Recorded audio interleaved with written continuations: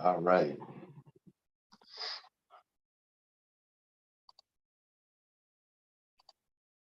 We should be live.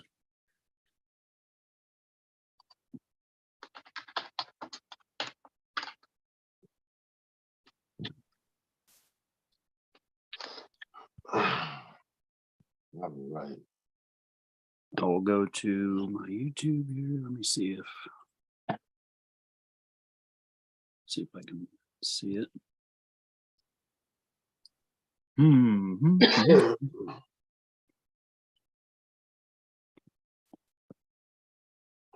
Nice. We look live. I do believe so. Yeah, we are live. I attempted to use the camera on the laptop and then another webcam, and it just did not look good at all, man. I was just like, ugh. I gotta get a better camera so I don't have to use my cell phone. Yeah, nah, cell phones are the easiest, man. I've gone through all of them.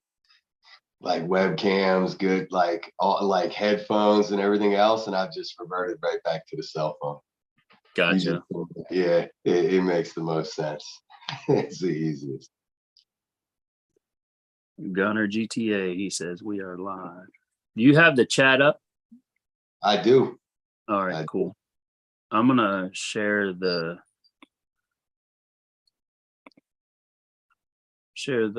link to Facebook. Did you already do it too? A couple groups in my page. Okay.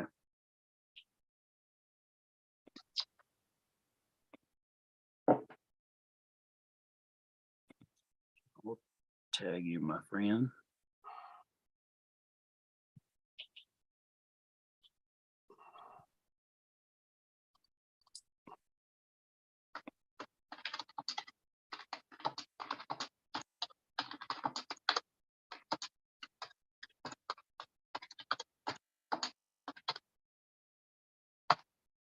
All right.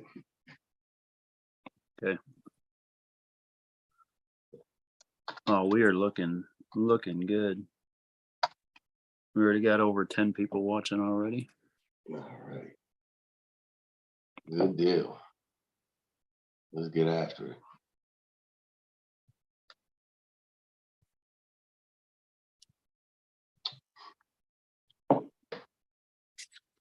Okay. All right, I think we got quite a few people here. I think we're gonna go ahead and get started. All right. We are ready. Mr. Paul Linn, welcome to the show.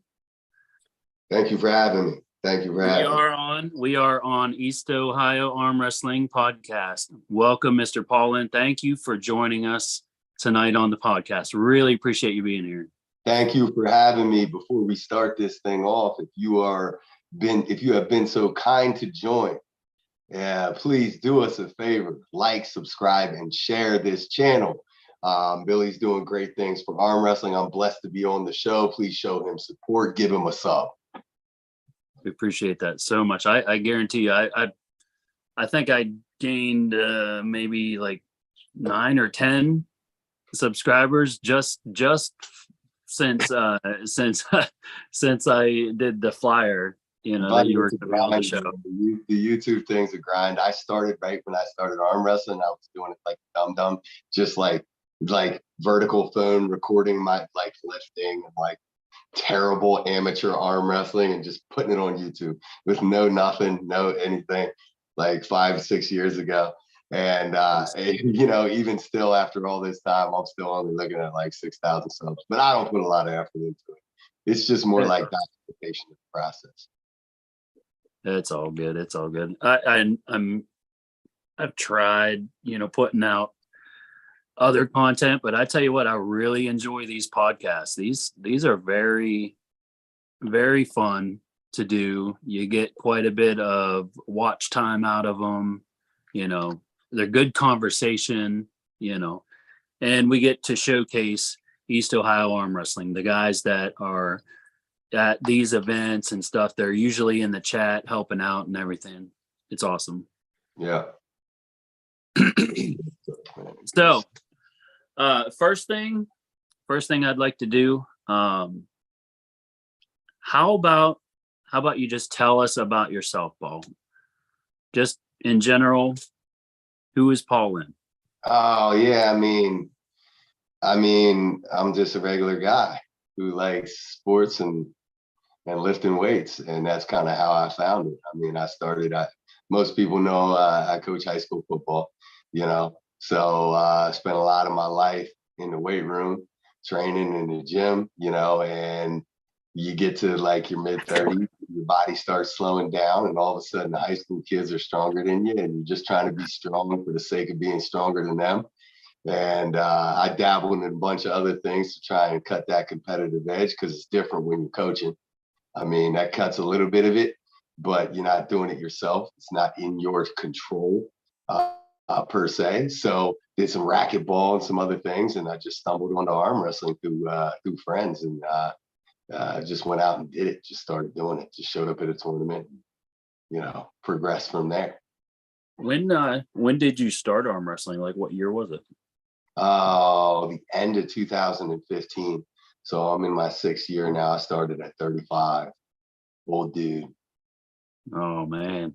Yeah. You started a year before me. I started when I was 36. I'm 2 years in. I'm 38. Yeah, that's the beauty of the sport though, right? Like you start at 36 and you may be in those prime years, but the prime years last a lot longer than other sports. It starts later and it lasts longer. Yeah. Yeah. It always comes down to, I wish I would have found this 15 years ago. Yeah, I think about it too. But the reality is, in this country, the way it works, it's not readily accessible to us. So we got to kind of own it. I hope in 10 years from now that we see arm wrestling tables at gyms and in high schools and there's clubs. I would love to see that, because the United States is a hotbed for athleticism. Right now, Eastern Europe kind of controls everything, but I think there's an accessibility thing there. A little bit more readily accessible. The sport's a little bit more respected over there, acknowledged by the government, things of that nature. So the reality is if we can get it to that point here and I've heard rumblings about like maybe the disabled classes moving into the Olympics for arm wrestling. So who knows what's on the horizon. I tell you what, that sounds mighty nice to me. Mm-hmm. I just asked our local YMCA if they would be willing to let me bring in an arm wrestling table just down into the gym where the weights are, and they were like, no. Yeah. I'm like, why not? Nobody wants a liability. The thing is people, they can fall and break their neck on the basketball court, but they're taking the liability for that. Mm-hmm. Like, I don't understand the difference. People fall on those treadmills all the time and twist an ankle out on the basketball court, or let 500 pounds drop on their chest on the weight bench. Like, things happen. It's gonna happen no matter what, whether or not it's arm wrestling or basketball or weightlifting or whatnot. Somebody's gonna get hurt sooner or later. So like, why not just let the guys have an arm wrestling table at the gym? But they didn't want to hear it. Yeah, I think it depends on the management at the place. We've had high schools that were open to it, and we tried a little bit of like outreach and club sports and stuff, and there's high schools that are open to it, but again, it comes down to liability, signing waivers, parents signing off. But if you're willing participants, the same as a tournament. Yeah. So we don't have too many tournament directors running around with huge liability insurance policies, but I know there are some. Yeah. Let's check out the chat before we move on. So we got Gunner, he's here. JGTV production, what's up? What's up, bro? G. Jimmy Walnuts, what's up? Christy Collins, that's my wife. She says hello, hi. Adam Nails here. What's up, Billy and Paul? Glad I made it. Thanks for being here, Adam. Wilkie, that's Jeff Wilkinson. He says, let's go. Awesome. Thanks for being here, Jeff. Kevin Palco's in the house. Big Kev. Congrats on the East versus West win, Paul. I know that I know it wasn't the way you wanted, though. Hey, things That's happen. what it is, man. It is what we can't control nothing. Let's see here. Pennsylvania's finest, Paul Linn. Nice. He says, "What's next for you, champ?" We'll get to that. We'll get to that. The Drew 24, he's here. Paul Linn for the win. Stacy James, he's here. What's up, guys? What's up? What's up? Let's see here. Scott Agulia, my guy. Paul's in the house. That's right. That's right. Lawrence Bell, he's here. What's up, guys? What's up, Lawrence? Let's see here. Jeff says, Paul's the regular guy who rip your arm off. No big deal. Yeah, exactly. Adam Nail says, regular guy signing autographs with big dogs. Congrats. Rustum should have had a warm-up match first. Paul's too strong. Man, I really want to get your thoughts on that here in a little bit, that match. I know you kind of put a few things out there, on the internet and whatnot, your thoughts on that stuff, but I definitely want to go over that here in a little bit. Yeah, we'll dig into it. Yeah. Adam says, smash that like button. Yes, for real. If you guys can, exit the chat, hit the like button. If you're not subscribed, please hit that subscribe button too. Really appreciate it. Yes, sir. Let's see. Stacey James, the difference is it's man versus man, not man versus machine. Testosterone gets involved for sure. For sure. Tony Stansberry's here. What a beast he is. What's up, guys? What's up, Tony? So yeah, man, let's kind of go over the coaching aspect. Like, how did you get into coaching, and how did that come about? Oh man, I mean, I played, like football saved my life in essence, as a young kid. So I couldn't, like, what happens is, like, when you play football your whole life, any sport for that matter, you start associating it with who you are. And when it comes time to hang it up, you go through college, you play, do whatever after, overseas and all that good stuff. Yeah. You got to make a decision. And, is it finish my education and start my life, or keep chasing the potentially impossible dream? There's a reckoning that takes place, Yeah.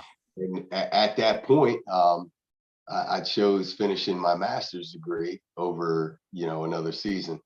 That wasn't necessarily going to take me anywhere. But the beauty of it is I was blessed enough to have my college D-line coach while I was still up at school, was the athletic director at a local high school. And he said, I know you don't want to get away from sport. I know how this is. I can offer you basically a defensive coordinator position at this small high school. And I was like, sign me up. I had already done I had already done my GA partially with them. So for my undergrad, so I'd already worked with a bunch of these kids in the weight room. I said, yes, sign me up right now. Let's go. Awesome. And I did 2 years there. I finished my grad work, transitioned directly back to my home and my alma mater in high school, went right back into it. So it was seamless. And it's extremely time consuming, and it's very emotionally taxing because, Oh yeah. A great coach told me, what are the 3 most important things in life? Relationships, relationships, and relationships. So what we do in this game, the best coaches build good relationships, and that can be a tough situation because you got a lot of kids you got to have a lot of relationships with, and you have an emotional investment in them, not just to win on Friday night, but to also take them to their college experience. It's a blessing, but it's emotionally draining. So there's a lot to it, but the reward often outweighs, the sacrifice. So with that said, I'm coming into my 18th year, I think it is now. So I can't walk away from it. Plus these kids hold me accountable too, These dudes are strong nowadays, man. They talk trash and I got up to ante, Nice. That's nice. That's it. Just sounds like the rewarding part is really what I would think would be just so much worth it. You see one of those kids that progress so well throughout the season, and then by the end of the season they just are so comfortable in their position, and they're doing what they're supposed to do. And man, I bet you get chills. Well, Really, you probably get chills, seeing that. It's kind of the 1 out of 10 rule, right? You're gonna emotionally invest in 10, and one's gonna transcend. You know, Yeah. Like the drain can come with the other 9, but the one is always worth it. So and then when you look at it at the end of the day, a lot of times I have a battle with myself saying, like, people are like, oh, you give all your time, you do all this great stuff, like, yay for you, celebrate you. And in the back of my head, I'm like, I'm taking more positive away than I'm giving. And I need to balance that out, because my conscience says, oh man, I got to give more. I think I'm taking too much away, Yeah. and I think most coaches do battle with that. What is the intent? What is, we try and live by the do the right thing for the right reason mantra, in our program. Do the right thing for the right reason. And it takes a lot of self-reflection to make sure that you're staying on par with that, and you're actually staying even. You're not taking too much away without giving enough back. Yeah. Yeah. Great words right there. Is there any kids, is there any standout kids that you would kind of want to give a shout out to if they just so happen to watch the show?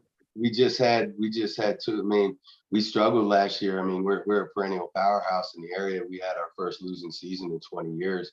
We had 2 kids that really carried us, David Chase and Devin Shepard. They both just signed scholarships at very solid schools last week. Super proud of them.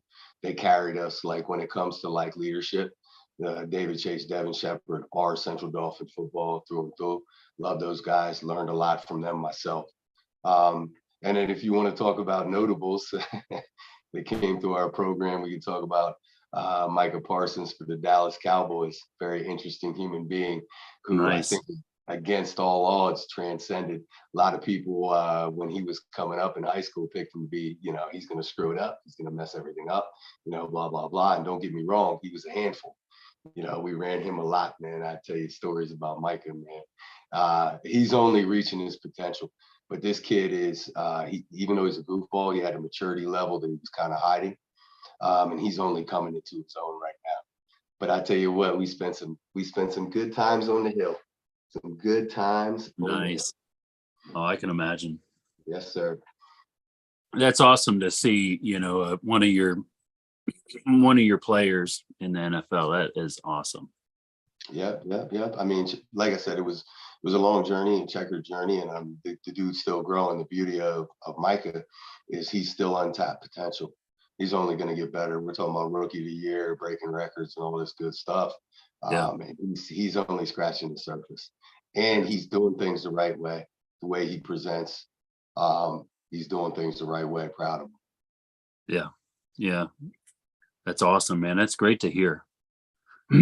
Stacy, he's in the chat. He says, Paul was even able to coach up an old guy like me in arm wrestling, and I appreciate it. He's always took the time to answer my rookie questions. Stacy's the man. Super strong left. Yes, he does. Pulseo TV, he's here. He says, hello, gentlemen. What's up? Hello, what's up, bro? So I know you kind of tapped into it a little bit earlier, but how did, whenever you were 35, how did you get into arm wrestling? I mean, I watched the game of arms. I've told this story a lot. I watched the game of arms. I was sitting in bed with my wife, started watching it, couldn't stop watching it. My wife said, turn this shit off now. Oh, great. I said, no, I'm going downstairs to finish watching this. And in my head, I was just like, I'm seeing these different guys, and I'm just like, there's no way I can't beat these guys in arm wrestling. I always arm wrestled when I was a kid. I very rarely lost.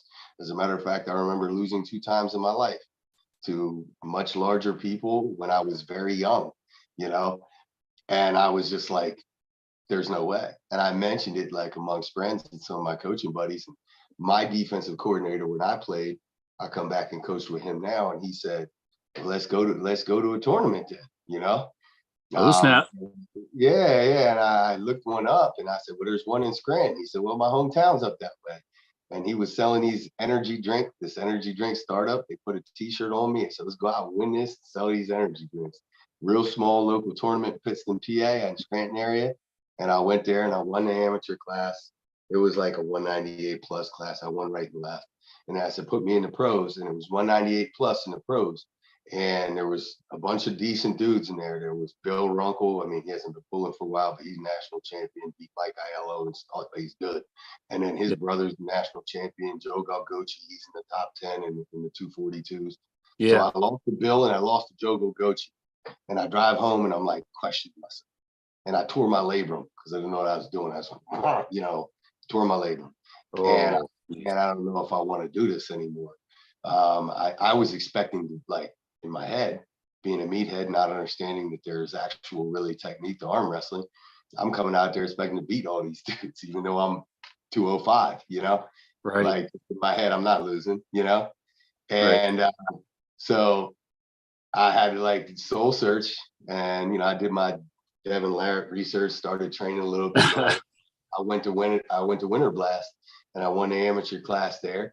And there was a lot of real high-end dudes there. Sam Harris, Storm Chalino, Jim Bryan, Tim Bresnan, all those guys. And I said, I need a table.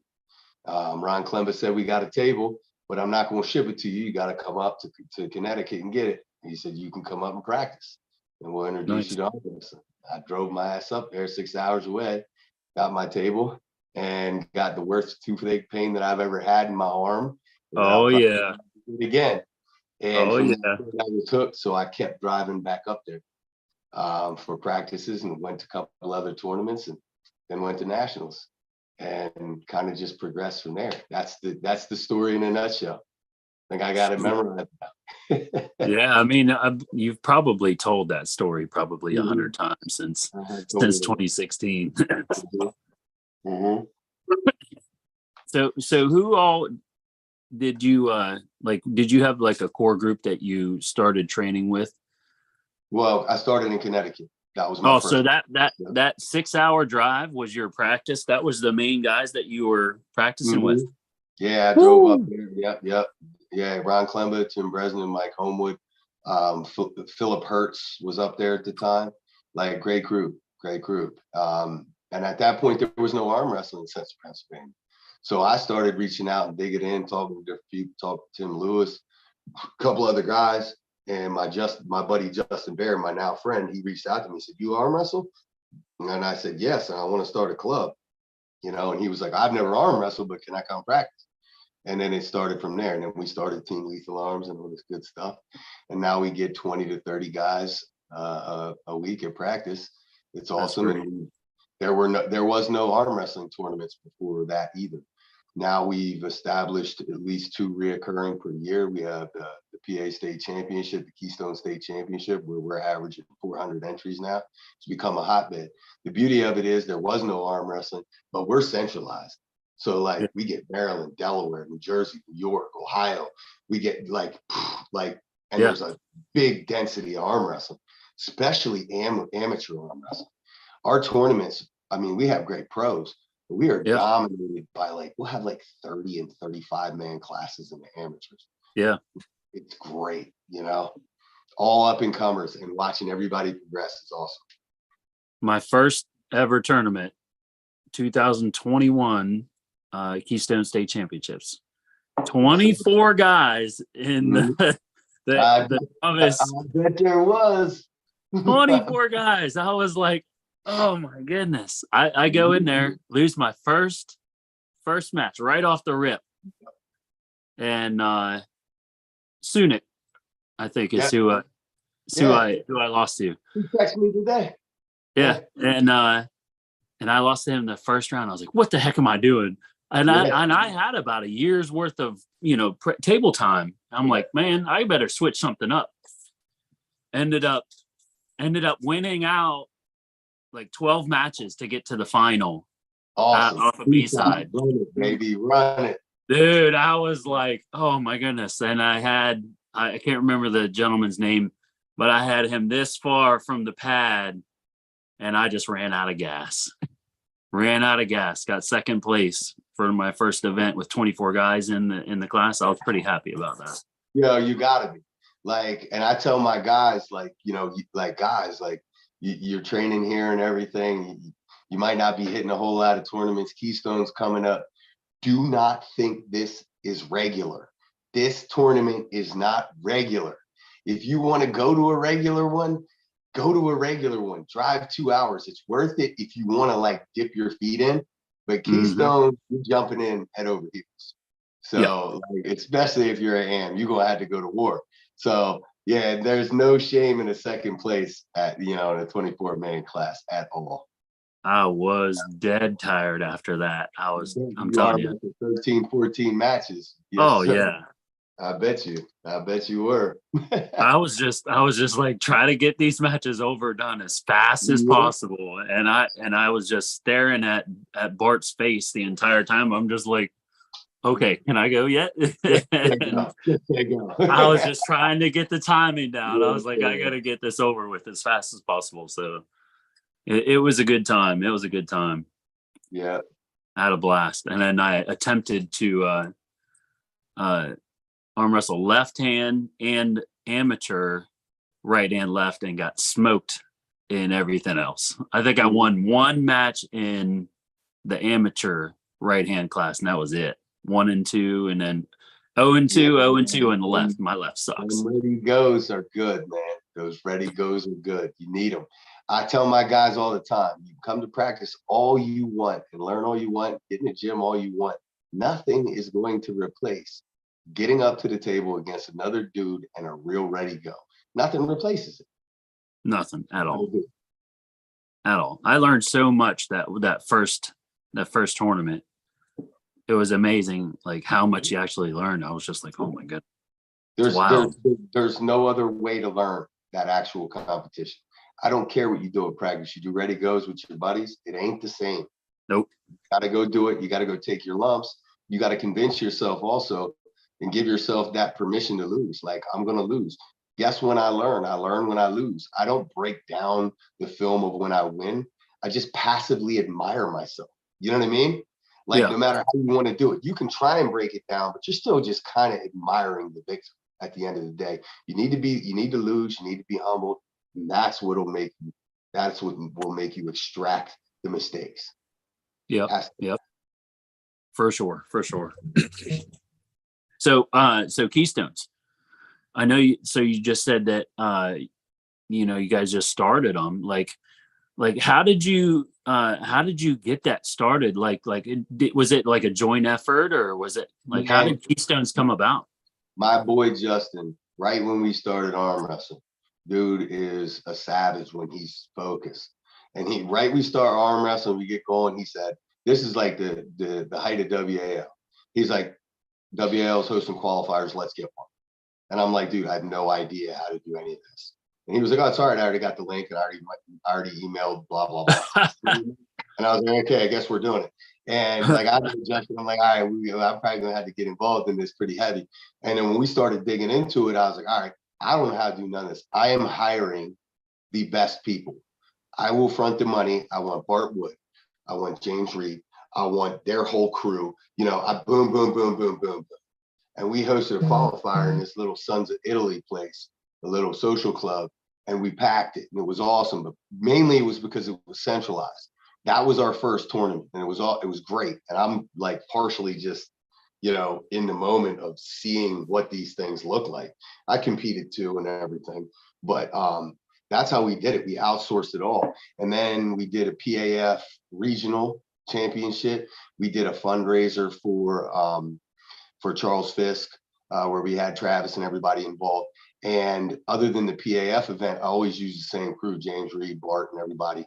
Yeah. So I wound up kind of partnering up with James and saying, like, you know what, our turnouts here, like, they're really crazy, like that PAF championship. And, Anthony wasn't prepared for the turnout we got. We got like 200 entries, and we did it outside, and we had to run it till like 11 p.m. because he wasn't ready. Didn't have the staff. So I just said to myself, moving forward, we're hiring the staff, and we are making sure that we have the best possible production quality that we can here to move this thing on a direction. And that's James Reed, James and Michelle. to me, they're the backbone of the sport in the Northeast. Got to have them, period. So they run the thing. It runs like butter. You know, as we had lumps at our second, or I think our first Keystone, or second. We did it at Champs Bar and Grill before we started moving it outside because of COVID, and Right. we filled the place. It was standing room. It was a nightmare how many people were, and this is a large space. I think we had like 300 entries, and we weren't staffed. Holy moly! Yeah, we weren't ready. So moving forward, Dang. I just said, listen, we are overstaffing. I don't care. Let's just pay everyone up front. Like, let's just pay for it, and we're going to be ready for it now. We need to be prepared for 300 or 400 entries. And that's kind of how we progressed. And that's taken us to where we're at. And, you know, I partner up with James on some other things. We just did the New A National Championship in Atlantic City. That went pretty well, even though we didn't have a whole lot of time to promote.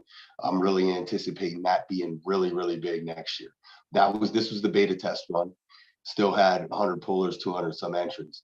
Solid national championship. Awards were great. Venue was awesome. New Way itself is awesome. It's a great partner for this endeavor. And then we got the East versus West qualifier coming up at Steve's Hot Rods and Restoration in Ithaca, New York. I can't wait for that, because to me, this is the biggest thing since WAL. It's going to bring the best out, you know, and we're going to have all the classes too. It's not just pro. We're going to have all the classes there. So if you want to pull masters, women's, everything, women's amateur, everything, we'll have them all. It's going to be a great time. So really looking forward to that one. Oh, for sure. For sure.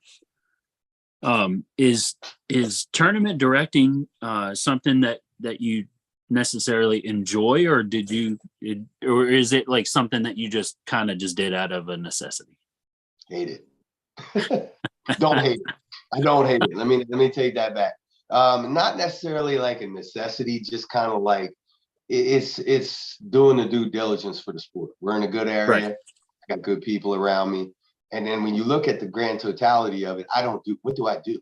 You know, I'm a referee at the end of the day, which I hate more than anything. I'd rather take crushed glass and rub it into my eyes than referee.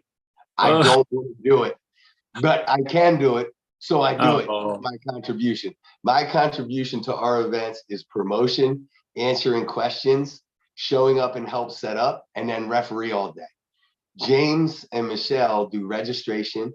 They do the direction. They hire the people. I might front some money, whatever the case may be.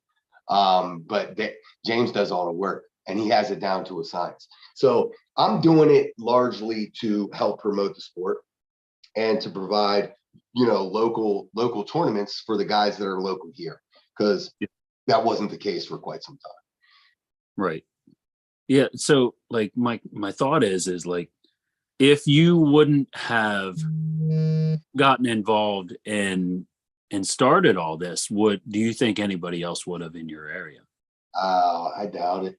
I mean, I hope that doesn't come off the wrong way. I just doubt it. I know Justin was kind of interested, but there was no one else in the area. You know, like it kind of happened. It was kind of like a perfect storm. Like I met Tim Lewis, and then Justin was like talking to Tim Lewis about lifting or something, and it just kind of married up. If it wasn't going to be me, it would have had to been Justin. And I don't know if he would have dug into it if we didn't, you know, start practicing and pulling together. Right. Anthony Snook's local, but Anthony never would have like said, "Hey, we're going to start this stuff up," you know. So other than that, there's really, at the time, there was no one.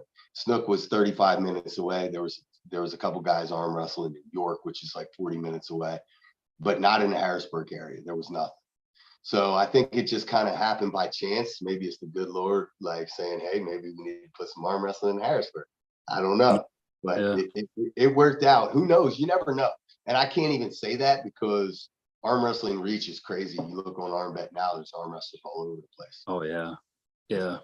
So who knows what would happen. I got on the ArmBet app not too long ago, and there was every bit another 10 guys within the radius since the last time I looked. And that was maybe like 6 months ago. But I haven't heard too much about that, the whole ArmBet app. I mean, it's still out there. Devin's not pushing it super hard, I don't think. I think the more Devin talks about it, I mean, if he made a couple videos, it sparked back up. I Right. mean, really, the sport revolves around Devin's reach, you know, so what he chooses to drive is usually kind of where we go. Yeah, exactly. Let's take a look at the chat. Let's see. Josh Batchelor is here. He says, "What's up, Paul?" What's going on? He said, "What do you think about Devin and the stem cells?" Man, I want the stem cells. Are you kidding me? Like, so, I mean, so we can dig into this from a moral perspective. Um, we're not talking about, like, we're talking about placenta stem cells. We're talking about donated placentas and umbilical stem cells. We're not talking about any crazy, like, super immoral stuff. Vitacell is regulated. And so is the place that these guys are going to in Tijuana. From my understanding, I talked to Robert Baxter, who's a really high character dude that I respect a lot. Craig Touye, Bob Brown, I respect these guys a lot. I have a high moral standard. I wouldn't be okay with something that I felt like a moral issue with. I don't feel a moral issue with it. Stem cells, from what I understand, by talking to people who I respect a lot, are like PRP times 10. I don't understand all of it. Like Devin and Michael Todd are way smarter than me, but I spoke to Michael 2 days ago, and pending how things go, I might be making a flight down there to meet with the Vitacell guy and get an injection in this labrum. I've had this labrum forever, and everybody's telling me that the shoulder is like the most receptive area to like partial tears and laying down new fibers and new tissue. So I haven't been able to bench the whole way down. Like I have to use a block for the past 5 years. And I can't sleep at night. So like depending on where I put my arm, it's like excruciating. So I'm to the point now where if it's going to be, you know, $4,000 or $6,000, to me that's an investment in my health future. And I still don't like to part with the money. But it's like, man, what else? You're gonna go, what are you gonna do? You're gonna go spend money, but there's a million other stupid things I could spend that on that wouldn't net the dividend. So I am highly interested, and pending, you know, recovery time, which I think it takes 4 to 6 weeks. I just have to be able to marry up a time frame between a match where I can still train equitably. I gotcha. Maybe right before Christmas or something like that. Yeah, who knows, man. Right in the middle of winter. I just gotta get it done. I want to be able to sleep. I can't wait to just be able to just put my arms up like this or underneath my. I can't do it. No chiropractor at all was able to help you? I never went to a chiropractor. I don't know. My wife. Man, I've seen some of them videos, man. Like they get you and they move you around, and then but all of a sudden them guys are going like this, you know, when they was only able to go like that. That's what I need. There's a square foot of my back that has never been touched by my hand. For sure. No way. Well, with the biceps and the forearms that big, I can imagine. Not at all. Oh my goodness. That's hilarious. Let's see here. Stacy says, I got Jace, my puppy here. That Justin did his Lethal Arms video with 3 years ago when I came up to your practice. Yep. Adam says, looking forward to some revenge at Keystones this year. Last year was tough. Let's see. Stacy says, the adrenaline at a ready go cannot be replicated. Nope, it's not. You cannot do it. Especially if it's somebody that you don't know. Absolutely. And then yes, 100%. 100%. There's no way to. You have to compete. You can train for competition, but the only way to really understand and get better and understand the moment is to compete. That's it. Yeah. And little losses come with that. That's fine. Yeah. And then Adam says, need some stem cells for my elbow and shoulder. Getting cheaper by the year. Oh, we lost you. I'm here. Hold on. Give me 1 second. I got to do something here real quick, too. 1 second.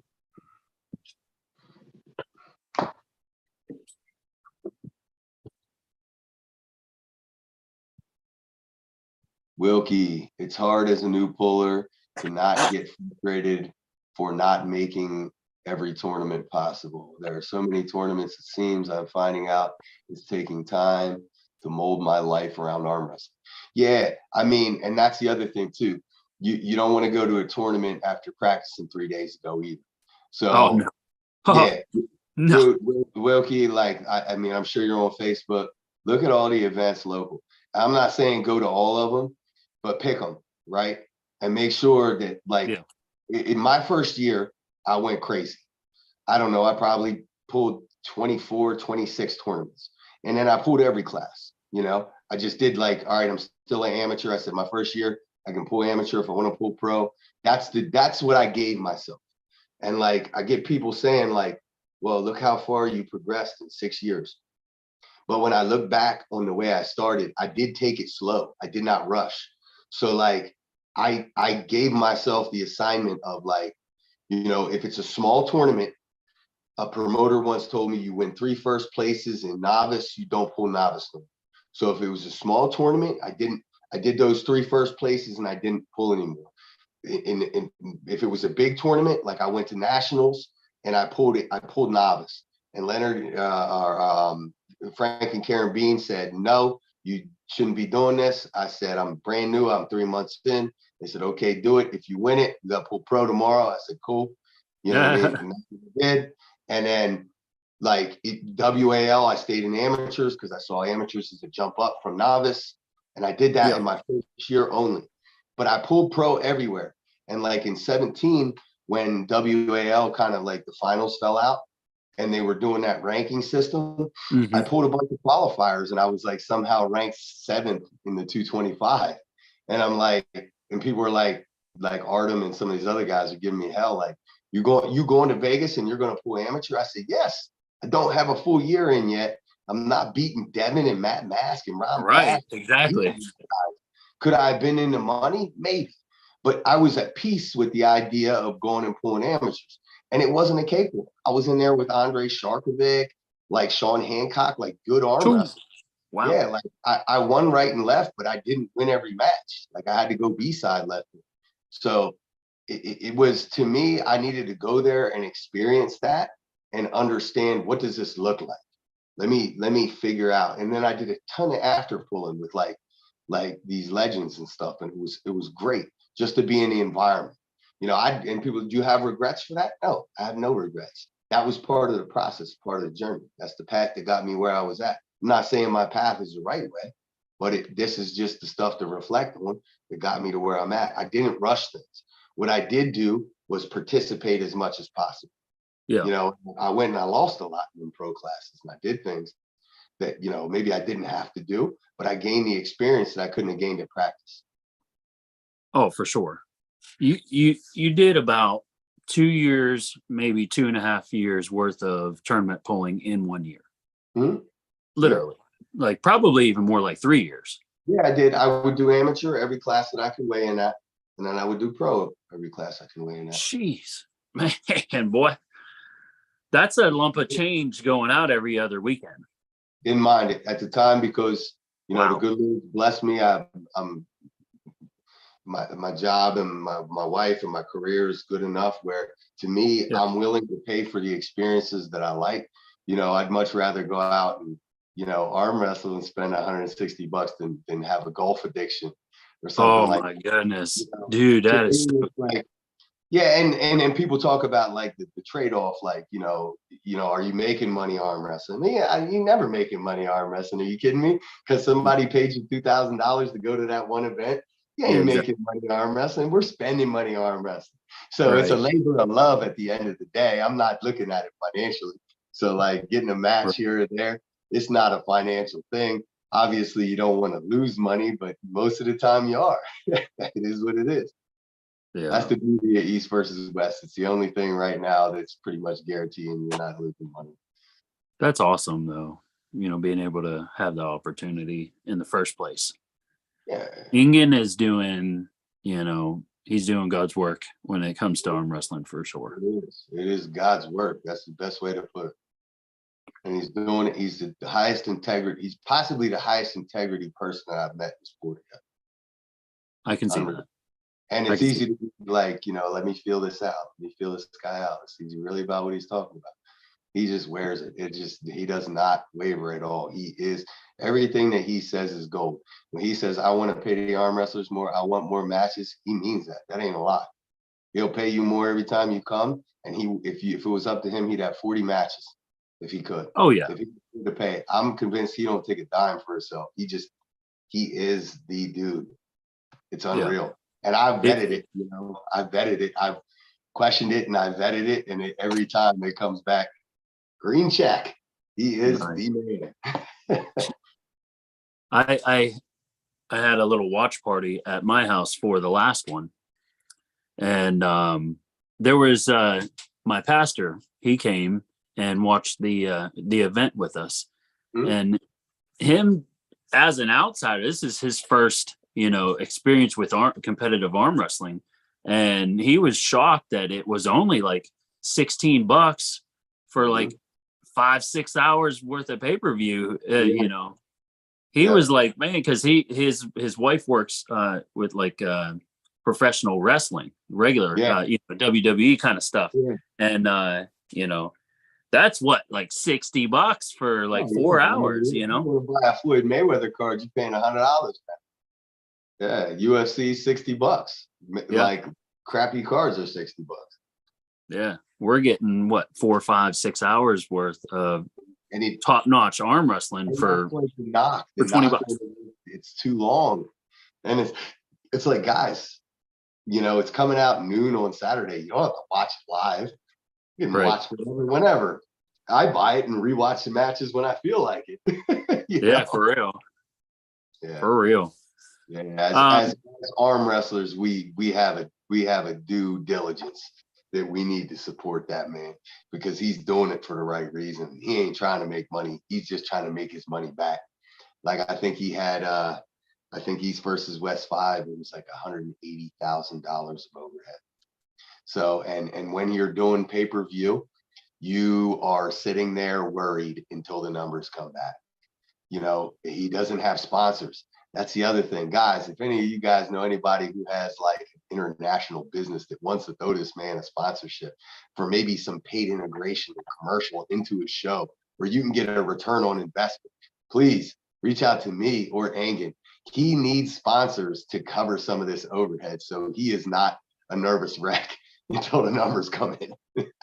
He needs one title sponsor that's going to cover like a little bit of that overhead, and we'll see him lose some gray hairs. Yeah, for real. Holy moly. 180 G's. Wow. That's wild. Yep. Josh Batchelor has a question for you. He says, how long do you take off before a tournament? Man, I was terrible for the longest time because I'm a meathead. I used to just like, whenever practice was and the tournament was, I'm practicing, I'm not skipping a practice, and I'm not stopping lifting. I would lift heavy on a Friday and compete on a Saturday. I did it for my first 3-4 years.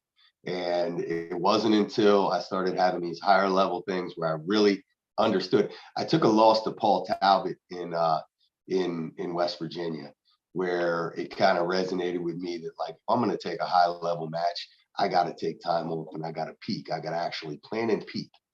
And I got to treat this like a professional athlete. And since then, I've taken the advice of some, longtime pullers, and I have laid off for a week, which, I mean, I could tell you, you can count on probably one finger how many full weeks I've taken off of the gym prior to arm wrestling. I never took off. It's part of, like, it's a positive addiction. Yeah. And I'm addicted to it. So I don't take off. Well, it's most likely your recovery too, isn't it? Yeah, for sure. But like, I just don't, because I just don't, you know what I mean? And I just never have been able to. So some higher level dudes said, like, you need 7 to 10 days. And now I've gotten to a point where I lay down all heavy lifting 10 days out. And the last 6 or 7 days, I don't do anything. And the results have been better. But I won't do it, like, if it's some local thing or whatever, or like something that I don't hold in high value or high regard, I'm not going to take off. But if it's like an East versus West match or a big tournament, then yeah, I'm going to follow that protocol. Gotcha. Josh, I hope that answers your question. The Drew 24 says we need a regular tournament / event here in Vegas. I know it takes money though. I know, Drew. We do. Hopefully, I know there's been some chitter chatter about maybe doing an East versus West in the United States. I would think Vegas would be a great ideal place. But again, we need sponsors to do it over here. The overhead in Istanbul is much lower than it would be in the United States. Everything costs less. Oh, So yeah. we're gonna do one here, guys. We're going to have to band together and get this dude some sponsorship money, because he can't run it from Istanbul. He's going to have to rely on some local POCs around here, and we're going to have the money up front, because he can't stand to lose money coming to the United States to do an event that he doesn't have to do. Exactly. Wise words there. Wise words. Let's see here. Stacy says, are you set up for the next East versus West? We'll see. We talked about 7 and 8 and the potential opponent. The potential opponent for 7 said he needs more time. There's still a couple potential opponents for 7. I'm just waiting to hear back from Engen. It'll either be 7 or 8. So I've let it up to him. Like, I'm just a soldier. He's a general. Tell me, line him up. You know what I mean? I think he'll give me. Either way, it doesn't necessarily matter to me. Him moving the event back to May 6th gives me enough time to, rest and then get back in the grind. But July would be just as good as well. I think the original opponent might be the best draw. So that would probably be July if it happens. Nice. Stacy also says Billy is the Paul Linn of East Ohio. That's hilarious. I'm trying to do my due diligence for the community over here in Ohio. I'll guarantee you that I'm trying. Do the right thing for the right reason. Yep. Chucky Peterson, he's here. What's up, Chucky? He says, I agree, Stacy. Appreciate that, guys. Appreciate that. Scott Agulia, he says, hey, guys, just curious. Is there or will there be a ranking system for Pennsylvania? I feel it's going to make PA even more competitive than it already is. I don't know. I forget. Somebody reached out. I don't know. Maybe it was Scott. I have no idea. PA is huge. That is a massive state. Yeah. 6 hours tip to, side to side. That is. I mean, the clubs are pretty cut and dry. Like, we know who the PA guys are for the most part. It wouldn't be a massive undertaking to do it, but there'd be a lot of subjective stuff involved, especially because we got like Sam and Storm not as active. It could be done. I think there was back in the day when the old Northeast board was out and everything, but it's an undertaking that I'm not willing to get involved in, because the rankings takes so much work. I'm in the group chat for the In the Hook rankings, and I keep my mouth shut unless it involves the Northeast, because I don't want nobody coming back and saying, "Why'd you do this? Why'd you do that?" I don't want to need that headache. That's understandable. I understand you on that. Let's see here. Wilkie says, going to be working on that in the future, Scott. Not so distant future. It has consumed my life, and I think my wife is cool with it. So it's a go. All right, man, get it. Wilkie, Jeff he's going balls deep. He's doing it. He's going off the deep end. Do it. It's gonna get fun. We just had he just hosted his first club practice in his hometown in Pittsburgh. So I was blessed enough to go and join him for that. Great turnout. There was like 15 guys there. It was nice, real nice. That's great, man. That's great. Pittsburgh's got a bunch of pullers, man. A bunch. I'm sure he's already working with Tim Lewis and some of the other guys in there. Yeah. Yep. Stacy, really, you're the man. Thanks, Stace. Crash Bandicoot, is Eddie Guerrero still alive? It says he is. No. Juan Ortega, you coming to the Filthy Animals event this summer? Is that to me? I don't know. Juan, depends on what the day is, brother. For me. I just saw it posted. I don't know the details. Yeah, I'm like a slave to my calendar that I don't even know what's on it. Yeah. I go for a lot of different stuff, and I'm always like, let me check my calendar. Give me like 2 days to make sure I didn't mess something up on it. But Yeah, it's exactly. real quick, real quick. Gotcha. Now do you have the uh the shared calendar with the family and everything? Yeah, we're basic. We basic. We don't. Dude, I have to have that. If I don't have that, man, I'm getting in trouble, boy. I'm on paper, and then I'm on my work Outlook calendar. So if I've already taken off work for it, like it's something like it's an immovable object, then I'm referring to that one. If not, it's like scratching out some paper stuff. It's terrible. It's Jeez. terrible. I've been telling my wife we need a shared calendar for a while, but we haven't got it It makes life a whole lot easier. I guarantee you that. yet. It Yeah. does. Because somebody calls up and says, "Hey, what are you doing this date?" I'm like, "Wait 1 second," Yeah. and I'm looking on that calendar, making sure that I'm okay. Let's see here. Crash Bandicoot says Eddie Guerrero's still alive. Blah blah blah. Made it up that he died. Oh, I have no idea. Joel Cagel's in the house. What's up, Joel? He says, "What's up, Billy? What's up, Paul? How's it going?" Joel looked really good. He's He looked strong. really good over there at Monster Factory. He's strong. I know he's coming up. He's gonna be going after some big names here.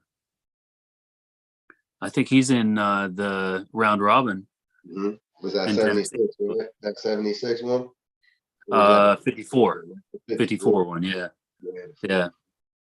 I got Mhm. money on Kevin. That's what I'm Kevin? betting my money on Kevin. Okay. Yeah, Kevin. I mean, is Kevin the highest ranked one there? Nope. Who's higher? Roman. Oh, Roman Grimmel. Well, that's going to be the test. Can Kevin contain him? That's going to be the test. Like a true pure top roller, can he contain him? Yeah. That'll be the test. I'd like to see them in round one. Seeded. Stacy James says, "Ask Paul about the upcoming Rust Belt series." I don't even think that is public yet, Stacy. I don't know nothing about that. Sorry. Dude, there is so much stuff and so many ideas coming out in Ohio here soon. Oh my goodness. Mm-hmm. I was going to post something today that we've been in the works for. Stacy knows what I'm talking about. So does Kevin. But I got so busy at work and it's going to get some people talking for sure, and it's not going to be something that is like you have to have, a date set in stone, 6 months ahead. This is going to be maybe like a Sunday afternoon kind of thing that can happen, on a whim almost. If guys are, I've got to bring my boy Paul Talbot back, man. hey, we're trying. Paul Talbot in the limelight again, man. That's my dude. He's the most underrated guy in the country. He was just at the last BAL3 event, and he still looks super strong. He is always going to be super strong. The Yeah. dude's a dog. No one seems to no one seems to give him any credit for his right. His right is like way up there. It's crazy. Yeah. Let's see here. Stacy James, LOL. What were we talking about? We'll get to that, Stacy, in the next few days.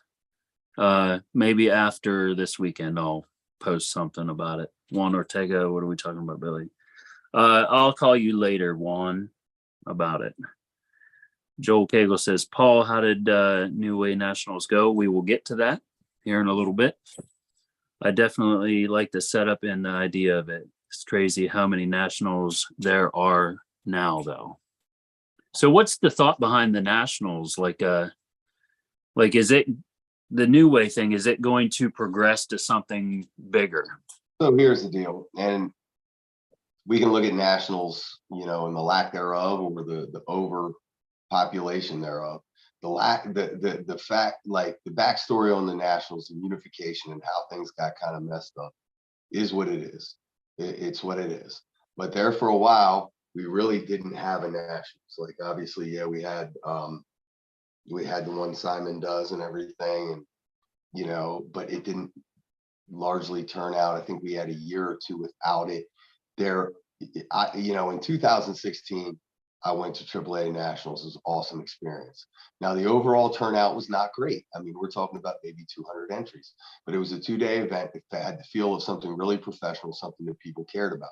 Now, like there were still classes, like I think the 176 pros had like 2, 3 guys in it, you know? Cool. And that, Wow. yeah, that's not great when you're talking about a national tournament, but it is what it No. is. So I'm looking at that, and then it dissipated after that 16 year. And you know, there's been chatter about nationals here, and then we got IFA, we got whatever. There's a bunch of other stuff going on. But when we partnered up, when James really partnered up with New Way is a combat like company, promotion company. So it's grappling, it's jujitsu, it's all this other good stuff. It's pancrase, it's Greco-Roman, all this stuff, all these different They got disciplines. that face slapping? No, no, no, that would be entertaining. But no, they don't have that stuff. But these guys do. They do an event every weekend around the country. So they're operating 50 weeks out of the year, in the entire country. And they reached out to James, the mutual friend, saying we would like to include arm wrestling. So last year was the beta test year. We did a couple different ones in like 5 different states. We used them as qualifiers. We used other events as qualifiers. Me and James kind of battled back and forth because I said, if we're going to do a finals or a nationals, what New Way wants to do, they wanted to do a nationals. I said the first year we can't make people qualify because it wasn't promoted well enough because we didn't know. This is a beta test year with these guys to see if they're real. What does their environment look like? What are they going to provide us? What can we provide them? Let's figure this relationship out and let's not make people qualify. Well, James said it's not nationals unless you qualify.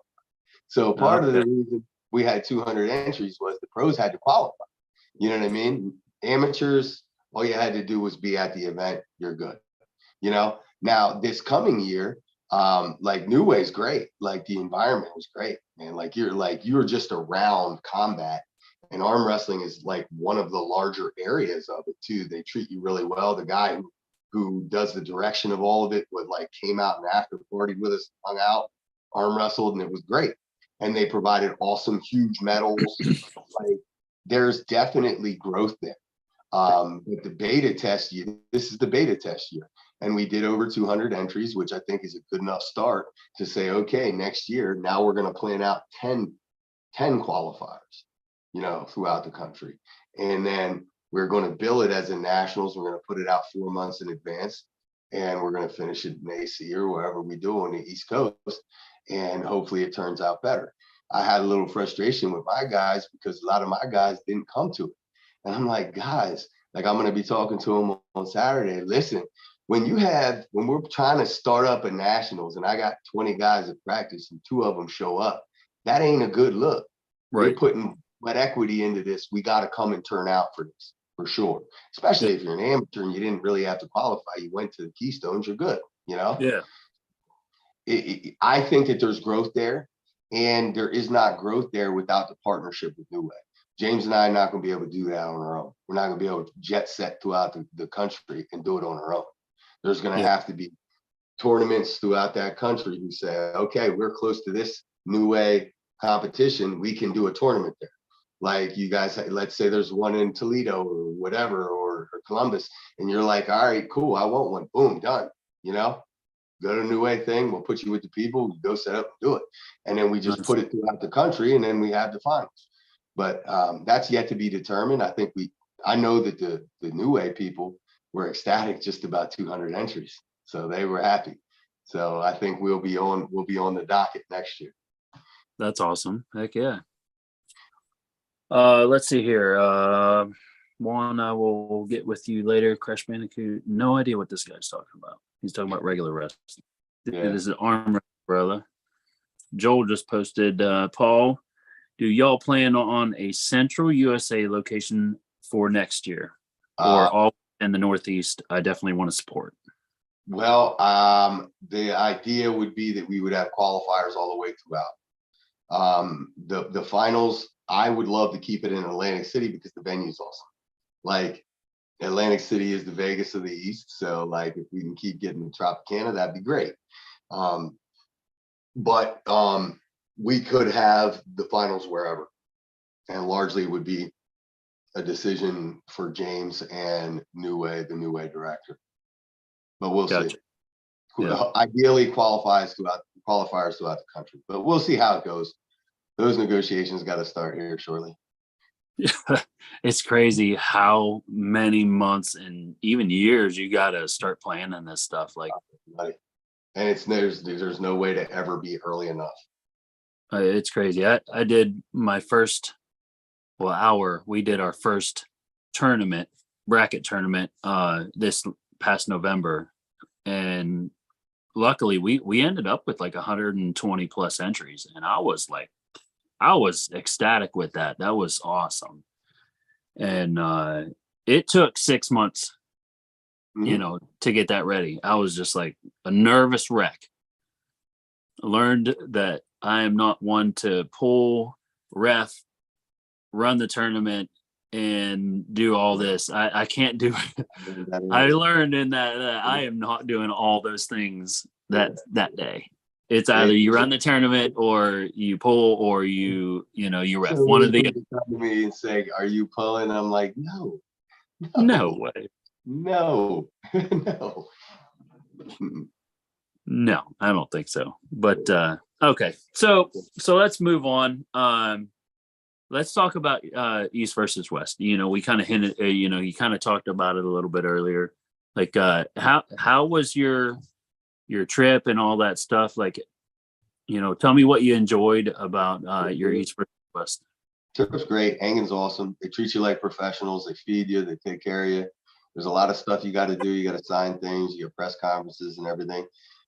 There's a lot of like dog and pony show stuff, but that's what's part of like being treated like a professional.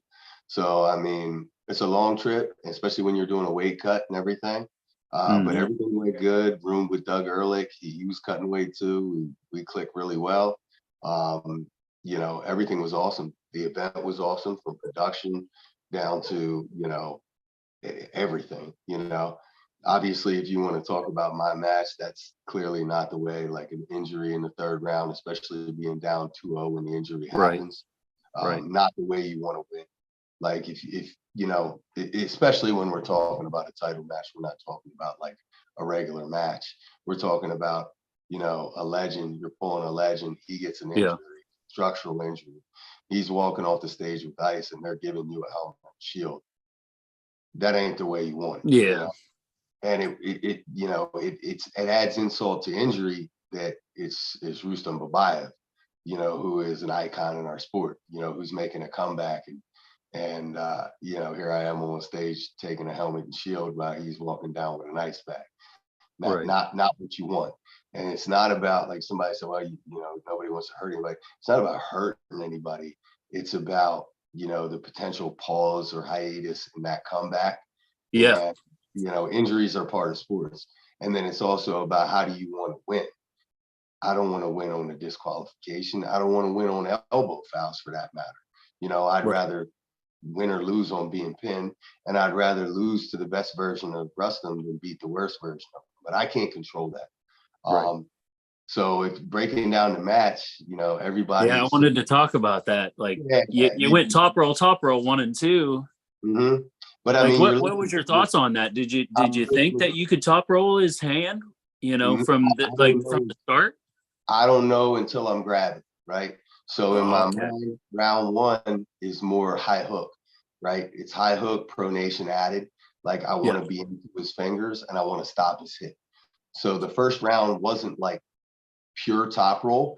It's back pressure, high hook. So idea is keep him flat, keep his wrist flat, put pressure into his fingers, and stop the initiation, because he's lightning fast. So I need to load that pressure to keep him from initiating. So in that instance, round 1 was not a failure, because it controlled the initiation. And I got to feel what his bottom 2 fingers felt like, right? And they're immense. So like, his effortless ability to peel my pronator open was super impressive. Option 2 was full hand dragging top roll, Tim Breslin style, right? Now, I trained a little bit with Craig and had some success stopping his hit that way and flattening him out. Rustam had a little bit more containment than Craig. So live and learn. Now we're on to option 3. You know what I mean? Yeah. Probably should have been option 2, because option 1 had to be there. The controlling of the initiation had to happen no matter what. So like I can't dead load with this guy. I have to establish that he's not going to be able to truly fire off in one motion on me. So I had to have round 1 the way it was. So round 1 was going to be a foregone conclusion. If I couldn't stop him, if I couldn't stop the center table and keep it flat, I'm going to lose. It's okay. I'll go down 1-0. Round 2 is the one I would have took back. I would have dove in, especially having the buckle side. But round 3, I felt like I had a good strap set up. I was pushed in pretty good. I had a nice amount of height. Webbing was even. I felt comfortable there. And, committing my shoulder forward and adding drag with it and getting a stop right in my lock. My lock is a little bit more open. It's like 90 degrees, but setting on that, even out here, and feeling the stop, like clicking in right there, I felt pretty comfortable in that round. At least at a bare minimum, it would have been a war if his pec would have held up. Yeah. I can't remember. Were you able to drive at all before his pec gave out? I drove when he drove. Oh, okay. So he went and drove, and then his gave out, and yours. Time when I was driving, like it was a stop, and then he went to drive, and I drove into his rotation. Yeah. Geez, yeah. Like you said, nobody wants to win that way, but I mean, you can't stop it. You can't stop the muscle's going to do what it wants to do. I've spoken to Rustam afterwards. He doesn't think he's not a full tear. It's more like a strain. It's going to be like a 6-month recovery. So obviously, if the good Lord is willing, we'll have a rematch at some point, because I would like nothing more than that. July's looking nice. Yeah, well, we'll see. We will see. See. What else did you enjoy about East versus West? I know, you had front row seats to all these matches. Which one did you really enjoy the most? Oh man, I liked Corey's first match. Oh yeah. I was really interested in that. But I mean, like front row seats, man, it's not really front row. Like the beauty of the East versus West thing is camaraderie, right?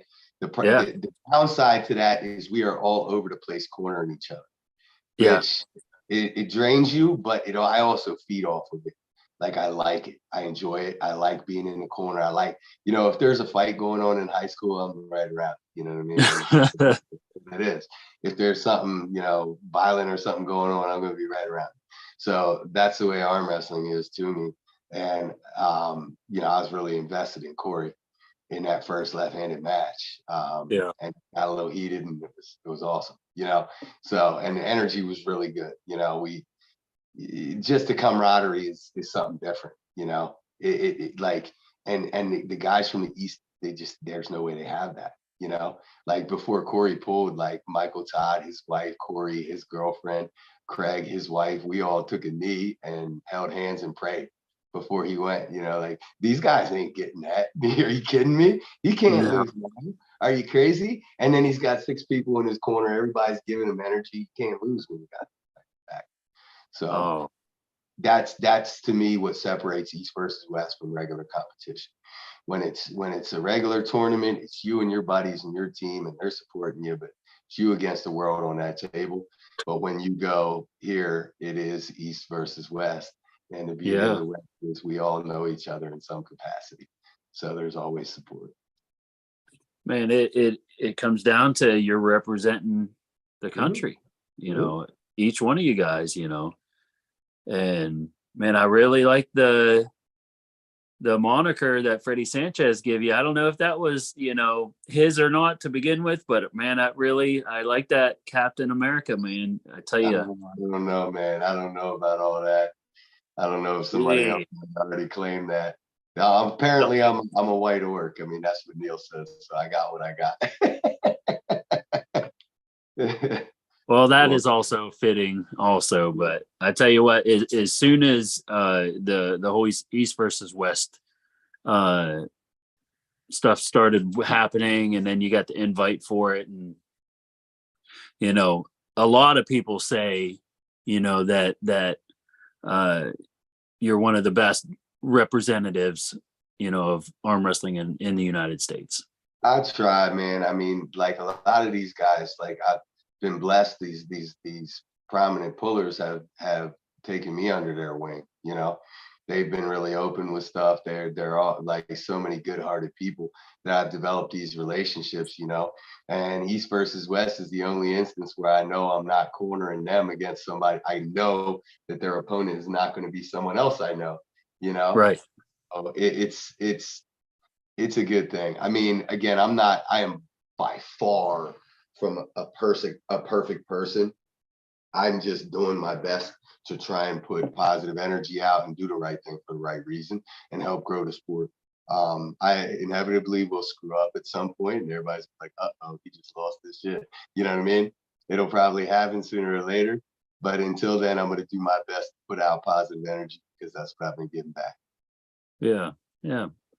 Well, I can definitely tell, my hat's off to you, about, for sure that the whole positive energy thing is definitely something that is needed in the community at each and every event, because people are so wrapped up in everything that they're doing, and just to hear those positive words, Yeah. hey, come on, you can do this, anything like that. It means the world to a lot of people. Yeah, man, I tell you what, I spent so much time living in like a dark place and putting out negative stuff in my early years that, people say, oh, it's hard to give a compliment, or, you got to think about like saying something encouraging, saying something positive. The more you do it, the easier it is, Oh yeah. and when you do it, you don't realize sometimes, like I try to make a conscious effort because like you said, you never know what difference that's going to make. But Yeah. you can be guaranteed to make no difference if you say nothing or do nothing. Correct. So I mean, Yep. it's our job, I think, in this world to try and, I mean, shoot, how many times have we looked back ourselves and say, man, this thing this person said or this thing this person did really affected me. And there's a million moments in every day where you have an opportunity to do that yourself. For sure. For sure. And in our community and the opportunities that we have, I tell you what, a kind word, let's go boy, man, that can really turn somebody's demeanor, from a downcast demeanor to, an upheaval, they can really turn the tide for them. Let's see here. Can't beat the white orc, Joel Cagle says. He'll have that forever. Come on now. The Drew 24 says, I always say the arm wrestling community is the best in the world. Yes, sir. Yes, sir. Joel says, hallelujah, Drew, for sure. Yeah. I've been part of a couple different communities, disc golf community and like some other stuff or whatnot. But I tell you what, the arm wrestling community, there has been 99% positive. Yeah, there's always all my interactions with arm wrestling, 99% positive. Like there's only been a couple instances where I've ever even seen negative, actions at all. Like it's just not, you just don't see it very often at all. Mm-hmm. And guess what? The Europeans are no different. Yeah. When you stop worrying about the language barrier and you start interacting with these guys, they're freaking awesome. They're awesome. Yeah. We get as Americans because we all communicate the same way and we got media and social media and all this good stuff. And we think like it's easy to look at them and think they're dry because of the way they kind of like, they're not. They have their own personalities. And when you dig into them, they're awesome people too. Like, and the more I go over there to Istanbul, man, I'm getting invited to Georgia, Kazakhstan. These guys are awesome when you just sit down and talk to them rather than being the typical American who doesn't, like, I don't want to try and talk to that guy that doesn't speak my language. Right. It's interesting. They all have personalities too. And some of them shine through a little bit more like Morozov and Hermes. and Prudnick, but the other ones do too, man. The Georgian guys are awesome, and they're the most soft-spoken in the press conferences and stuff, but they're freaking hilarious. Once you have dinner with them, they're great. Oh yeah. Is there anybody from the East team that you really impressed you, or like that you really enjoyed being around? Doug's my guy. I enjoyed rooming with Doug. We hope to see him back. I know we will. I love Craig Touye. Craig Touye is gold through and through. I love him. I always enjoyed being around John. John's that quiet veteran who's a little bit more aloof and everything. But I've gotten to talk to John a lot and talking about things, not arm wrestling and everything. He's awesome, you know. And then obviously Michael Todd. I love Michael Todd. You know, Corey. These guys. I mean, I can't even pinpoint and say like there's one. You know, like it's like Right. all of them, the totality. I love Matt Mask. You know, these guys are great. Like I got to hang out with Gabby Vasconcelos. She's awesome. You know, they're just all gold. They're gold. I mean, they're winning for a reason because they have a certain something. And then being on a team with them is even better. You know, Dave Chafee is great, like the sweetest guy ever. You know, like Yeah, I got to meet Dave once. yeah, Very I can't say enough. I don't think that I've been over there with anybody who I don't have anything positive or negative to say about. You know, it's all positive. And I love it, and that's what makes it cool. Because you're over there and you're like, you get to know these people, and you get to compete alongside them, help motivate them. They help motivate you. It's just that's what it's supposed to be. An individual sport turned into a team sport. Oh You yeah. Yeah, as soon as you guys get on that plane, you guys become a team. Yeah, it's great. As soon as you guys start heading from your home and you guys start that journey to meet at that center point. And a majority of us are the underdog story, and the totality of us is the underdog story. We're fighting for respect. I mean, Eastern Europe has taken the crown as the world's greatest arm wrestlers. You know, I mean, the best guy on the planet is from Georgia, and Kazakhstan is a powerhouse. And we're just the weekend warriors. You know, we're the guys with one or two full-time jobs who train on the weekend. You know, it's we got odds to beat. So, and it's just the way that America is. I mean, like it's just how we've put ourselves. So, it is what it is. But let's see here. Aftermath Arms, they're here. Shout out Aftermath. Love Paul's attitude on and off the table. Yes, we do too. Joel Cagle says, Paul's genuine, guys. I've got to have some conversations with him in passing a couple times. The dude is definitely solid on and off the table. I sure hope to get out that way and train before too long. Awesome, Joel. The Drew 24, he says, also the type of people who arm wrestle are different. Snowflakes will never arm wrestle, thank goodness. Joel, if you ever want to come out and train, just let me know, bro. Always got room for you. Would love to. My training partner, Josh Croxel, he's in the chat. Thumbs up. What's up, Josh? He's a boost. Joel also says, Paul, you got any plans to train overseas? I would love to go to Georgia. We had dinner with them guys afterwards. We chopped it up and hung out till like 4 a.m, and they invited us, me and Doug, and Doug's like, let's do it. I'm like, let's do it. You know what I mean? When are you going to get the opportunity to ever do that? I don't know, man. The schedule is terrible. And my wife's from Lebanon, and I spoke to a guy over there who's doing like a youth outreach program in different countries. He had one in Sicily.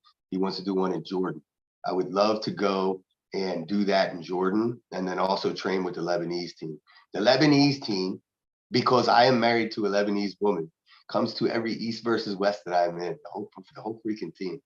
They are great, phenomenal. Awesome. There's a super heavyweight. He's their coach named Mark Basile. He just beat Arif. Oh, yeah. Like, he's really, really good. They're really good.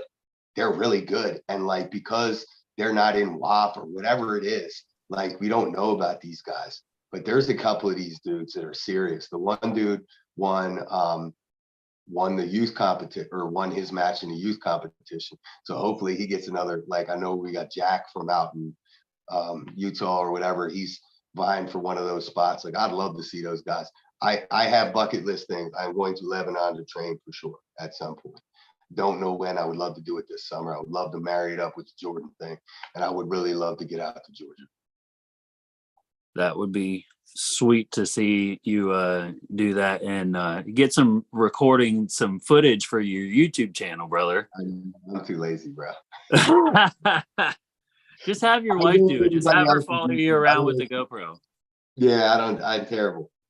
What about I'm the guy who the goes and sees the Grand Canyon and doesn't take a single picture? That's what it is. What if we just strap one of those GoPros on your chest, and all you got to do is just blink. Just go arm wrestle people and just have it all from maybe. Yeah, just have it. All That'd you got to be do is cool. press the button. Just press the button. Terrible. I don't blame you. I kind of feel like sometimes technology takes away from the moment. It does. I like to live in the moment. When I'm over there, I'm just enjoying for the most part. I got to, or I won't. My mind state's not right. It's not like you're not going to remember that. Like, you're going to remember that no matter what. It's in there. The SD card in my brain. Yeah. Joel says, facts, Drew. That's true most of the time. The snowflake thing. Yeah. Stacy says, when international arm wrestlers see the ski at the end of my name, I get an automatic pass. I automatically get accepted. That's fair. Joel says, what is the depth of top level Europeans over there compared to USA? The depth is much deeper, for sure. Oh, yeah. I don't know if we can't compete at the higher level. Like, I think that we can compete toward the upper echelon of that. But the depth of top level dudes, they're like, you can look at the Kazakhstan team. They're all of them. Yeah. Like if you are an amateur in that, you are forced to level up immediately or get out. So their depth, their seriousness and professionality, especially with the Kazakhstan team, is something special. Now the Georgian team has immense depth too. Like, it's those two countries really, to me. Yeah. And Kazakhstan is more organized for sure. Like, they're more like, it's their national sport, isn't it? I don't know. No idea. I do believe so. I do believe it's like their national sport, arm wrestling. It may as well be. But Georgia is very similar. Super strong, just suits like top to bottom. They're phenomenal. The depth there is crazy. I do think that we can compete at the higher levels. I think that we have guys sporadically throughout clubs that can compete at the higher levels and have the potential to transcend. But I mean, it would take like a nationwide, recognition of arm wrestling for our depth to get up to that. Yeah, I agree with that. Whether or not I don't know if that would even be able to happen. Yeah, probably not. Not with who knows. Yeah. Who knows? It's all about sponsorships. It's all about the money. Are we marketable enough? Let's see here. The Drew 24 is answering Joel. He said, well, maybe a snowflake might try, but they run away crying. Mm-hmm. I've yet to see anybody run away from the arm wrestling table crying yet. Let's see. Jack Jacobson, he's here. What's up, buddy? Paul, are you going to be at the Arnold competing or just hanging out? Probably not. Just with schedule. I don't think I'll make it this year, unfortunately. That's a bummer. I'd like to see you there, brother. I'm going to be refereeing with Leonard, thankfully. Nice. Dude, this job. Enjoy it. Dude, I'm looking so forward to learning from that man. Yeah, he's the man. He's the guy to learn from. Yep. Let's see here. Joel says, Chance was telling me the same thing. Georgia is easily strongest. Georgia or Kazakhstan? Yeah. Toss up. Joel says, appreciate that, Paul. I will definitely make it out during some spring football and come out and watch some solid hitting from those the line. Yes, sir. The Drew 24 says, Paul, make Artem run your YouTube channel too. He's running like 7 YouTube channels. Me and him are friends, but he ain't doing nothing for free. Oh, that's hilarious. Yeah. Hey, if you can get 50% out of it, hey. Nah, there ain't 50% of nothing is nothing. Right. Let's see here. Jeff says the camera is for us bums. Gotta live vicariously through someone. You are the chosen one. Let's see here. Joel says, what does the USA need to do in your mind? Need to do at least to close that depth gap. We got to recognize the sport, and we got to start it in middle school, high school. We're not. Yeah. Oh yeah. You see these guys in these other countries, not very few of them. Georgia's the only one that has like Gennadi's in his 40s. Like, most of these dudes, look at the Kazakhstan team. These guys are all young. They've been doing it. They have the experience at the true peak of their masculine development. We are doing it on the downtick side, and that is really what it is. It's starting everyone early. If every one of these arm wrestlers starts when they're 13 or 12, and they're starting to peak when they're in their early 20s, like that's what the United States needs. Are we anywhere near that? No. Is it possible? No. Maybe. Yeah. Well, everybody's, all the moms, are all like, oh, you're not going to do that. You're going to break your arm. Mm-hmm. Well, you can also break your neck on the football field too. So like, you can shoot your eye out with a BB gun on Christmas. Exactly. Like, life is a risk. Live or don't. I'd rather have a broken arm than no eyeball. Yeah. But let's see here. The Jew 24 says half the last WAF event was Kazakhs. LOL everywhere. They have an arm wrestling temple. Yep. I think they won like half of the golds, didn't they? Mm-hmm. It's wild. Unreal. It's wild. Their focus goes beyond comprehension, Joel said. Yep. You're not going to tell me that that's some genetic predisposition to that country. That's training like a professional. Oh yeah. Yeah, for sure. Drew says that breaking your arm is safer than CTE. I'll take a concussion over a broken arm, but maybe that's because I had too many. Nice. So, all right. So we kind of recapped East versus West. It sounds like you had a great time. It sounds like they take care of you over there. It seems like everything goes fairly smooth for the most part. Yep, phenomenal. Best experience in arm wrestling. So we kind of went over the New Way already. What about the competition at New Way? Was there anybody that stood out to you as far as the competitors at New Way? We had the Georgians there. So the Georgians ran their classes for the most part. We had Paul Fisher beat Zaza on the left. Emo. Okay. Emo won the white lightweight class, both arms without contest. And so did Goga. Goga won the 220s or whatever it was without contest. Paul Fisher stood out for beating Zaza. Gotcha. Other than, it's the Georgian show. Yeah. Yep. Sounds like it. We got a couple other comments. Let's see. Stacy says, I love you, Billy, for what you're doing. And we all love Paul for what he's done. No homo. No worries, buddy. We appreciate you, Stacy. Thanks for the kind words. Thank you.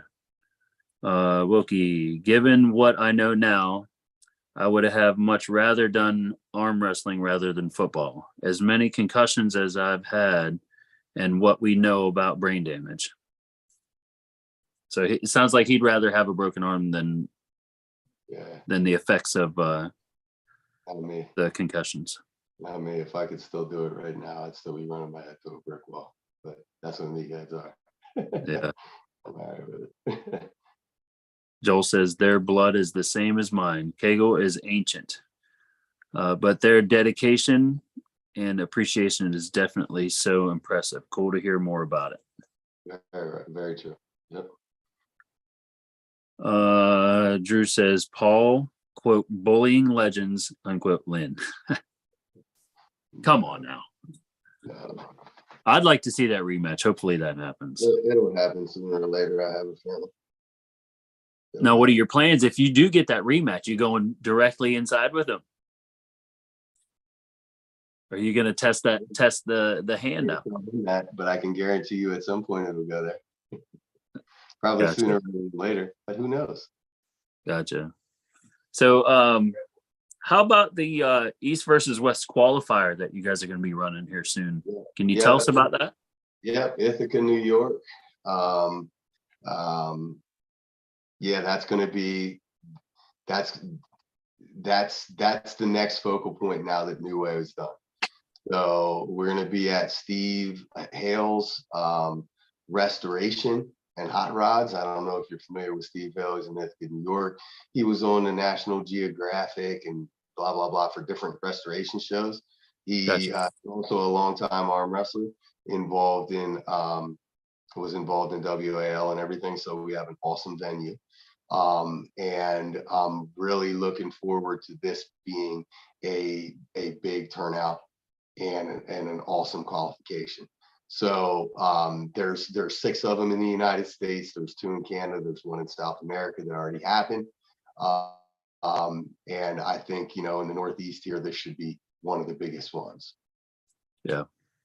What are you guys thinking? 300-400 entries for that?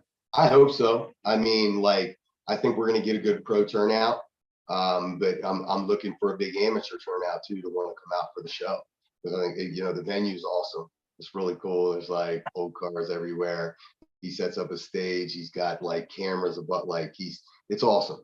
So we did our underground series there during COVID, and it turned out really well. And I think it'll continue on that way. Gotcha. So yeah, it should be really cool.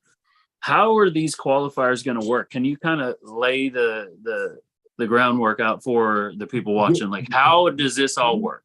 Can you give me 1 second? I got to run to the bathroom real quick. Is that cool? You read some comments. I'll be right back. And then I'll get into that. Yeah. Hey, everybody in the chat, while you guys have a second, go ahead and write any questions that you guys want to ask Paul out, because we're going to be wrapping it up here probably before too long. So you guys write your comments, your questions in the comments. Make sure you guys get those in, because we're going to be wrapping it up. I think we're already at it, almost 2 hours already. Let's see here. Thanks for nice, yeah. Top hands, pulling team, nice. Thanks for being here. Hey, you guys, also, if you guys can, hit the subscribe button and hit the like button. Really appreciate it if you guys could do that. Help me out a ton, for sure. Trying to get to 200. That's the next goal. We only got 9 to go. So that'll be awesome. Goal is obviously over 1,000. But we definitely want to keep going from there. Building up the arm wrestling community in Ohio is always something at the forefront of what we're doing here. Apologies for my lack of professionality. I am 1.5 gallons of water in today, trying to get some of this water retention weight off from a bad diet. I wouldn't worry about it. Don't worry about it. East versus West qualifiers, right? Qualifiers, yeah. How everything works, cool. From the start. I'll break it down. I just did a video with Artem. It's out on the East versus West channel. It has everything you need to know right there. I'll break it down for you real quick. Top two in each pro class, men and women's. And that is at 170, 200, 230, and supers. If the tournament itself has differing weight classes, it's on that promoter to have a runoff at the end. The top 2 go to the finals in Virginia, June 6th. That's going to be held by Travis Bajent, nice venue, brewery / winery, big, awesome venue. At that finals, so the top 2 from all 6, the 2 in Canada and the 1 in South America, 18 of them will be invited to that. And right and left, that's right and left. Now, the right arm is the only, the winner from the right arm finals is guaranteed a main card match at East versus West, all expenses paid with money to show up, the same as the rest of us. They are guaranteed that the winner right arm. Left arm is not guaranteed, but Engen will be watching. He cannot guarantee the slots because of the number of matches that it will produce. Doesn't mean that he won't watch. He's doing basically a 70% right arm event now. So he can guarantee all those matches left arm, but he will be watching. There will be $1,000 cash to each class, right and left. 500, 300, 200 for first, second, and third, respectively, both right and left arm. For women's under 154 and above, and those 4 weight classes for men. So that is how it's going to work. Now, as far as the event that you will pull at, that will be subject to Engen and the availability on the card. It could be 9, 10, 11, whatever the case may be. The same thing is happening in the East. There are, I believe, an equal amount of people who will, or qualifiers over there, and there will be Eastern winners. You will face the Eastern winner. Oh boy. So I have a feeling that it's going to be some Kazakhstans. yeah. I mean, guys who, or whoever. Like, the beauty of it is now you can just show up. If you haven't been competing at WAF, but you're a killer arm wrestler, like in the East, you can just show up. Like I said, I would love nothing more than to see a bunch of people from the United States who come out of the woodwork and go to the finals. Yeah. That we know, who don't like to do all the social media and show up and smash people. That would be so excellent to have guys that we don't know or aren't considered elite make it to that finals and show out. It would be awesome. How is the Virginia Travis Bagent event gonna go? Is it gonna be an open tournament also, or is it just gonna be the 18 right and left? Open tournament, bigger the better. We'll have amateurs, we'll have masters, grandmasters, we'll have women's amateurs. Those classes will be determined. Stay tuned. That's going to be huge. I feel like every one of these qualifiers is going to have a nationals feel. Like it's going to have that old, like 2016, like, 200, entry nationals feel. And then we are going to have the finals that is going to have that WAL finals feel. But with also having all those amateur classes too, and a huge production. So like, if you're an amateur and you're local or you're not local, like, why would you not come out and, be part of something big? Yeah. Go ahead and pull and be a part of something historical, because who knows if this is going to happen again. Maybe it happens 10 more times. Maybe this is how Engen does matches in the future. Who knows? But this beta test is really important. We need people to come out and be a part of it so that we can, prove the concept. Yeah, for sure.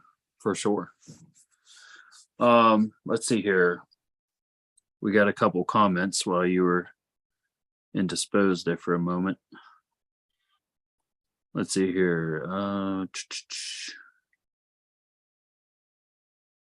After we have winners, this is the Drew asking, after we have winners from the 6 qualifiers from the US, then they face off, ? So the qualifier winners, those guys are all going to be matched up against each other in Virginia, right? And that is separate. That's separate from the open tournament, correct? Yeah. So there will be the pro classes in Virginia, the way I understand right now, that the tournament for the qualification will be separate, right? So Gotcha. You have the top 2, first and second place from each qualifier goes to Virginia. So not just first place, but first and second. They go to Virginia. They're in that tournament. The max is 18 people in that tournament. If there's going to be an open tournament on top of that for pros, I'm not 100% sure. I'll have to talk to Travis about that, but my assumption is there probably will. And then that tournament will be held totally separately. We'll have amateurs and all the other good stuff. Gotcha. Understood. Confirmed. But right now, as it stands, that is the pro classes. They are basically invite only. If Travis plans to have an open event regardless, I'm going to cross check that. But Okay. it makes sense to me for him to do that, but those details haven't been released yet. Gotcha. Thanks for clarifying that. Top Hands Pulling Team, he says, thanks for talking about qualifying. They also said, we are out of West Virginia, Beckley, West Virginia, come out and pull Friday nights. So if anybody is in that area, get a hold of Top Hands Pulling Team for some arm wrestling on Friday nights. Let's see here. Joel Cagle says, y'all have a good night. I'm going to hit the sack. Stay strong. Later, Joel. Have a good night, buddy. Joe Glue, he's here. He says, awesome show as always, Billy. Paul is that guy. Awesome. Thanks, Joe, for tuning in. Appreciate it. Stacy says, what is your position, left versus right? And then he just says, should left be equal to the right? What do you think? I don't know. I mean, it really comes down to what people want to see, and sadly, people want to see right arm wrestling. I mean, I think we have two arms. We should compete with both of them. But if there isn't a draw, I understand where Angin's coming from. People seem to care more about right. Yeah. But there's a lot of great left-handed arm wrestlers, and he does always have, he has 3 to 5 left-handed matches, which is, I think, about right at this point. I mean, WF do any at all. Yeah, gotcha. Top Ends Pulling Team also says open tournament with the qualifiers, or just the qualifiers in Virginia. Okay, so we already kind of went over that. The Drew 24 says Ingen is doing the qualifiers because I suggested it. He read it and agreed that would be a good thing. And that was a while ago. My fault, he says. That's the beauty. That's the beauty of Ingen. He's open to suggestions.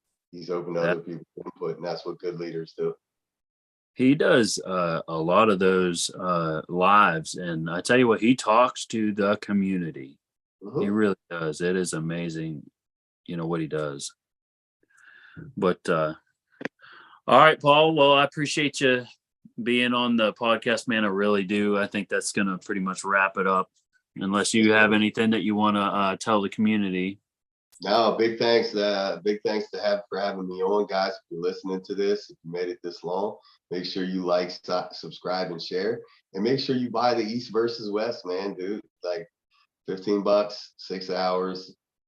Support Angin, the guy, like you said, he's doing God's work, man. Come on out to the qualifiers. You'll get to see a lot of the great the great promoters around the country. You'll get to see some athletes. You'll get to compete against some of the best. Please don't sit on your couch that weekend at those respective qualifiers. Get out there and support. And if you're coming to the Northeast, I'll be looking forward to seeing you. Yeah, I think I'm going to go to, if I can, I'm going to go to the one in Indiana. The Cobra Classic. I believe so. Yeah. I think I'm going to try to hit that one up. I think that one's only like 5 hours from my house, I think. Yeah. Scott Evans. He's here. Shout out from Tactical Arms in Utah. What's up? What's up, Scott? The Drew 24 says, thanks, guys. Stay awesome. All right, Paul, we appreciate you. Thank you so much for being on the podcast, man. I really appreciate you taking the time out of your busy schedule and joining us on here, man. I really, really do appreciate it. My pleasure. Anytime you need me, just let me know.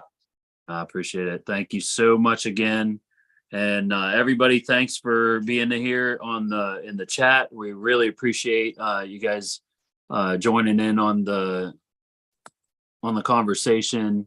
If you guys can like and subscribe for sure, help us reach that 200 subscriber goal here soon, and we're on our way.